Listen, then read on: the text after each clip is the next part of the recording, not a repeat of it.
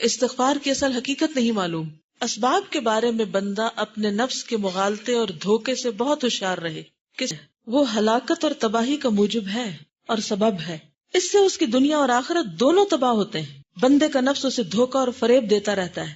ایسا کبھی اللہ تعالیٰ کے عفو درگزر اور مغفرت اور بخشش کی امید پر ہوتا ہے، کبھی زبانی توبہ اور استغفار، کبھی ادنا درجے کی مستحبات کے بھروسے پر، یعنی چھوٹی چھوٹی نیکیوں کے بھروسے پر، کبھی علم اور منزلت کے غرے پر کہ ہم تو بڑے عالم ہیں اور بڑے ہماری قدردانی اور سٹیٹس ہے اور لوگ ہمیں بڑا چاہتے ہیں، لہٰذا ہمیں تو کیا عذاب ہوگا. کبھی تقدیر کی آڑ لے کر، کبھی اپنے جیسے لوگوں کے اعمال و کردار کو دلیل بنا کر کہ اور لوگ بھی تو کرتے ہیں ایسا، کبھی ان لوگوں کے اقتداء کی بنا پر جو ریاست و امارت، جاہ و منزلت کے فتنے میں پڑھ کر دنیا کے عوض اپنا دین برباد کر چکے ہیں. اور بعض لوگ یہ خیال کرتے ہیں کہ ابھی جو چاہو کر لو، پھر استغفر اللہ کہہ کر معاف کرا لیں گے. تو بہت سے لوگ یہ مانتے ہی نہیں کہ گناہ نقصان دہ ہے، یہ مانتے ہی نہیں کہ یہ زہر ہے، یہ مانتے ہی نہیں کہ اس کا نتیجہ دیکھنا پڑے گا. اور اگر ان کے ذہن میں کبھی خیال آ ہی جائے کہ جو کچھ کرنا ہو یہ بھگتنا پڑے گا، تو پھر کیا سوچ لیتے؟ استغفر اللہ کہہ دیں گے، اللہ معاف کرنے والا ہے، اور پھر دلیر شیر ہو کر غلط کام کرتے ہیں. ایک فقیہ ایک روز مجھ سے کہنے لگے کہ میں تو سارے کام کر گزرتا ہوں، اس کے بعد 100 مرتبہ سبحان اللہ و بحمدہ ہی پڑھ لیتا ہوں، سارے گناہ معاف ہو جاتے ہیں. انہوں نے استدلال یعنی دلیل میں یہ حدیث بیان کی، من قال فی یوم سبحان اللہ و بحمدہ 100 مرۃ حطت خطایاہ ولو کانت مثل زبد البحر. جو آدمی ایک دن میں 100 مرتبہ سبحان اللہ و بحمدہ ہی پڑھ لے گا، اس کے سارے گناہ معاف ہو جائیں گے، اگرچہ وہ دریا کی جھاگ کے برابر ہی کیوں نہ ہو. دلیل بھی ہے، بالکل مطمئن ہے، کیا فکر ہے، کیوں غلط کام چھوڑے.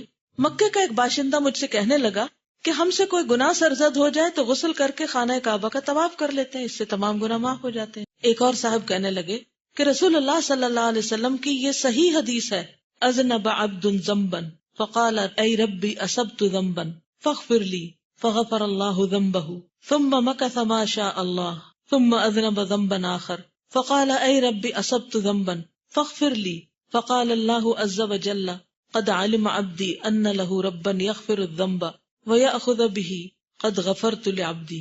احمد بن حنبل. بندہ گناہ کرتا ہے، اس کے بعد وہ کہتا ہے اے پروردگار مجھ سے گناہ ہو گیا، معاف فرما.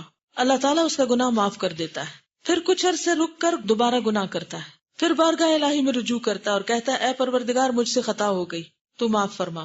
اللہ تعالیٰ فرماتا ہے میرا یہ بندہ جانتا ہے کہ اس کا کوئی رب ہے جو گناہ کو معاف بھی کر سکتا ہے اور گرفت بھی کر سکتا ہے. اس بندے کا گناہ میں نے معاف کر دیا.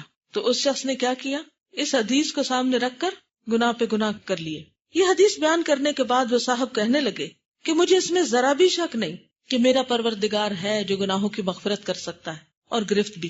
اس قسم کے لوگ بسا اوقات اسی قسم کی امید اور رجا کی نصوص سے چمٹے رہتے ہیں. امید اور رجا کس کو کہتے ہیں؟ امید کو، ہوپ کو. نصوص نص کی جمع ہے، نص کہتے ہیں ٹیکسٹ. جیسے یہ حدیث ہے نا، تو حدیث اصل میں کیا ہے؟ نص ہے، یعنی ٹیکسٹ ہے، ایک دلیل ہے. یعنی قرآن کی آیات کوٹ کرتے ہیں، حدیثیں پیش کرتے ہیں اور جو جی چاہے کرتے ہیں. اسی لیے آپ نے دیکھا ہوگا کہ بہت سے دیندار لوگ بھی دل کھول کے بڑے بڑے گناہ کرتے ہیں، اور لوگ پھر کہتے ہیں کہ جی یہ قرآن پڑھ کے بھی یہ سب کچھ کر رہے ہیں.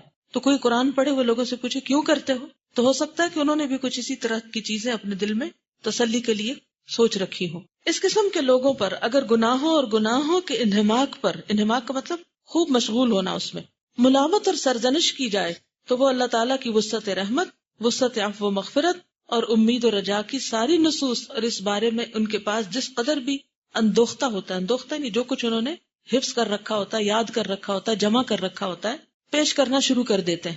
اور پھر جاہل اور بے علم لوگ تو کچھ عجیب و غریب ہی باتیں کہا کرتے ہیں.